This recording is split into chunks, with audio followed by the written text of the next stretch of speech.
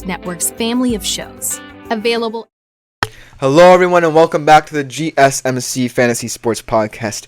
I hope you like that kind of rapid-fire NFC divisional breakdown that I did, concluding today with that. But I'm going to switch to the top fantasy football storylines that have arisen. There are a lot to cover here, whether it be about certain offenses, about certain players, about certain position groups that might be, aging out a little bit. I think this segment is definitely going to be one you guys want to tune into should you have concerns about fantasy questions that are arising within your head as you look ahead to fantasy drafts. This is the segment for you. So without further ado, let's jump right into it.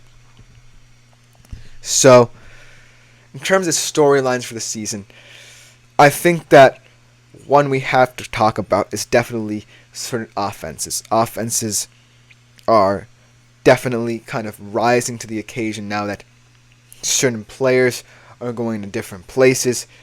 And we have to talk about one offense in particular, an offense that we mentioned earlier on in today's show.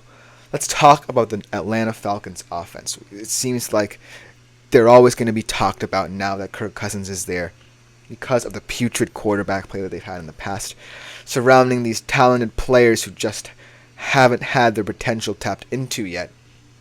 Mainly because of the fact that A, their coaches failed them, and B, the quarterbacks have failed them. So, you have to talk about the Falcons' offense. Now, they bring in Raheem Morris as their new head coach, definitely more defensive-minded, but he has put Falcons fans' minds at ease talking about the offense and talking about certain players within it. But also, Zach Robinson comes in as the offensive coordinator, out of the Sean McVay coaching tree, no less. And so I certainly feel that there's going to be a lot more concepts implemented into that offense where you get more passing first philosophies. And because it's Kirk Cousins, you definitely believe that he will get the job done there as well. Now, for the skill position players, obviously I've talked a lot about them. Drake London, he's outside the top 20 in terms of targets, receptions, yards, and TDs during each of his first two seasons, so he definitely wants to look to progress. Bijan Robinson didn't even get many carries inside the red zone. I think that Bijan Robinson is one of the biggest red zone threats as a running back in the league. Only 2 carries inside the 5-yard line. This just speaks to how Arthur Smith kind of neglected him in those positions. And then, of course, Kyle Pitts, who has really been disappointing, one of the most coveted prospects a couple of years ago, but only 6 career touchdowns in one top 12 fantasy season. So as you can see, there's a lot of hope surrounding this Falcons offense that because of the fact they have so many new faces, especially in their coaching personnel, and then at the quarterback position with Kirk Cousins, I certainly feel like a lot of Falcon fans really hope they got this right because they don't want another season of disgusting, filthy quarterback play to plague them. They want to make a playoff run.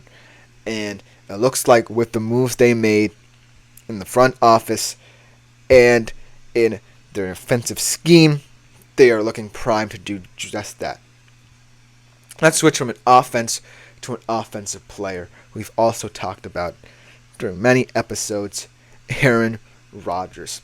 Aaron Rodgers, when he plays on his day, he's definitely one of the top 5 fantasy players. Even though the last time he played, he did not crack the top 12 quarterback rankings, and a lot of people are down on him heading into the season. He has averaged back-to-back seasons before the last time he played, where he only averaged 14.1 fantasy points, more than 20 fantasy points, and he rushed for a total of 250 yards, and of course he's a very elite passer.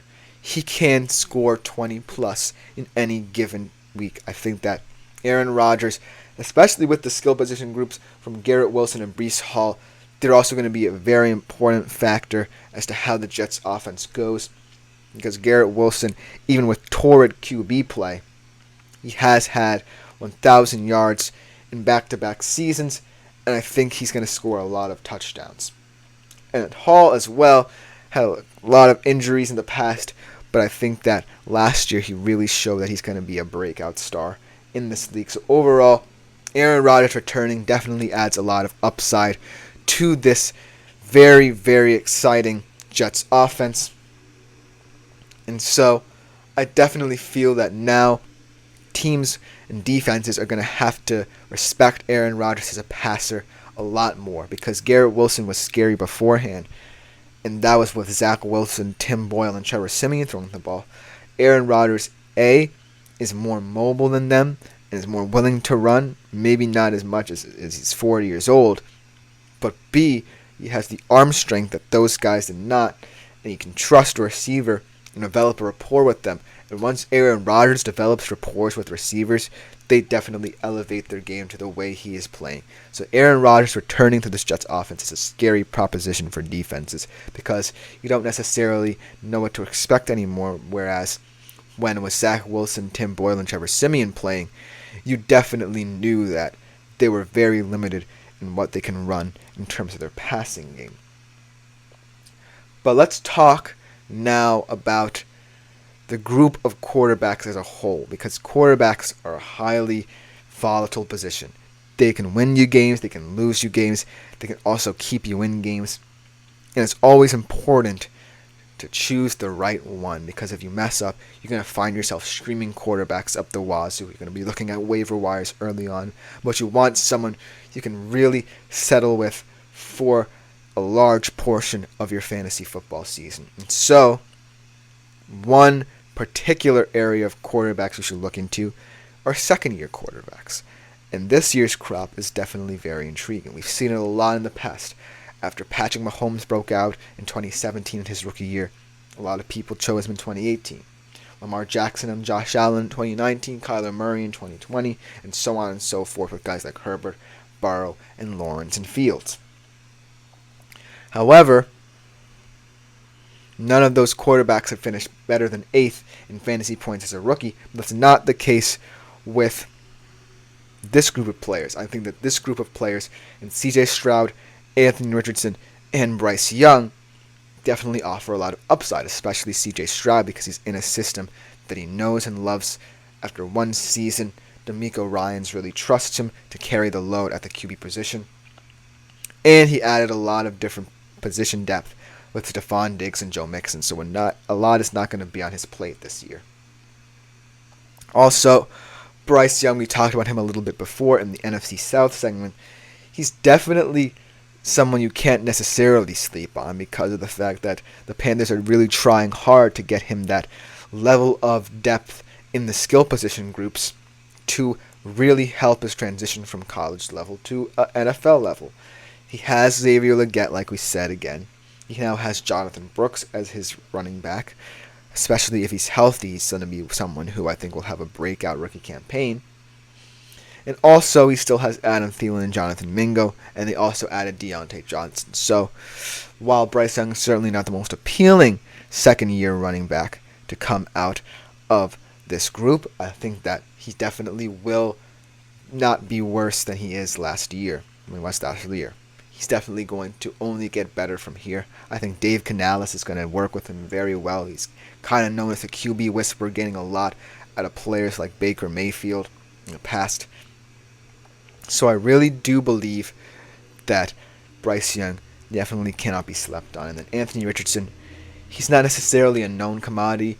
We've only seen 2 complete games with him, but like I said in the last episode, those 2 complete games over a full season would have ranked first among all QBs, so make of that what you will. I think Anthony Richardson's going to have a fantastic fantasy campaign. And then the wild card in terms of second-year quarterbacks is Will Levis. He does have the weapons in Calvin Ridley and DeAndre Hopkins. That's a spectacular wide receiver duo for a second-year quarterback.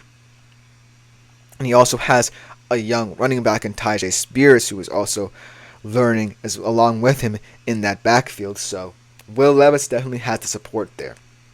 But in terms of second-year quarterback, Stroud is the standard, and I would say Richardson is the flyer, in my opinion. And Bryce Young is kind of the sleeper pick. But last but not least, let's talk about another position group and another group of players who are really intriguing. How about the rookie receivers? We always talk about this rookie QB class as being one of the best in recent history, but the rookie receiver class is damn good as well, and they have been for many years right now. With Marvin Harrison Jr., Malik Neighbors, Keon Coleman, and even guys in the latter half of the second round, like Ladd McConkey, I really think that there's a lot of upside to this rookie receiver group. There's so much potential for breakout stars because most of these rookie receivers are in teams that definitely need help at the receiver position. If you look at Marvin Harrison Jr., he immediately becomes the number one wide receiver for the Arizona Cardinals. And a guy like Malik Neighbors, Daniel Jones has had a guy like Malik Neighbors in all the years he's been in the league. And so those two players right there, certainly people to watch out for. And then a guy in Keon Coleman, who steps into a Buffalo Bills receiver room that lost Stephon Diggs and is looking for a number 2 receiver. He can immediately become that. And a guy in Ladd McConkey, the less we say about the Los Angeles Chargers receiver room, the better. He immediately steps into that room and becomes one of the top 2 receivers at the very least. And then, that's not to say that Xavier Worthy, Brian Thomas Jr., Roman Dunze, even Roman Wilson, and then Xavier Legette, who we've talked about a little bit, cannot step up. There's a system there for all these rookie receivers to elevate their game, really help if they need help at the receiver position in certain teams, or be able to sustain the level of excellence in certain skill position groups if they already have that foundation set. So look out for rookie receivers, especially in this year's fantasy drafts. But that will just about do it for this segment. Coming up for our last segment of the day, we are switching again to hockey mindset as the Stanley Cup Finals wind down. Maybe, who knows, the Oilers could come back and I'll look stupid. We're going to be going over our way too early fantasy hockey player rankings. Should be interesting. I'm just going to go over some of these players on this list who I find to be very intriguing. So you don't want to miss that segment. Should be a fantastic one to close out today's show.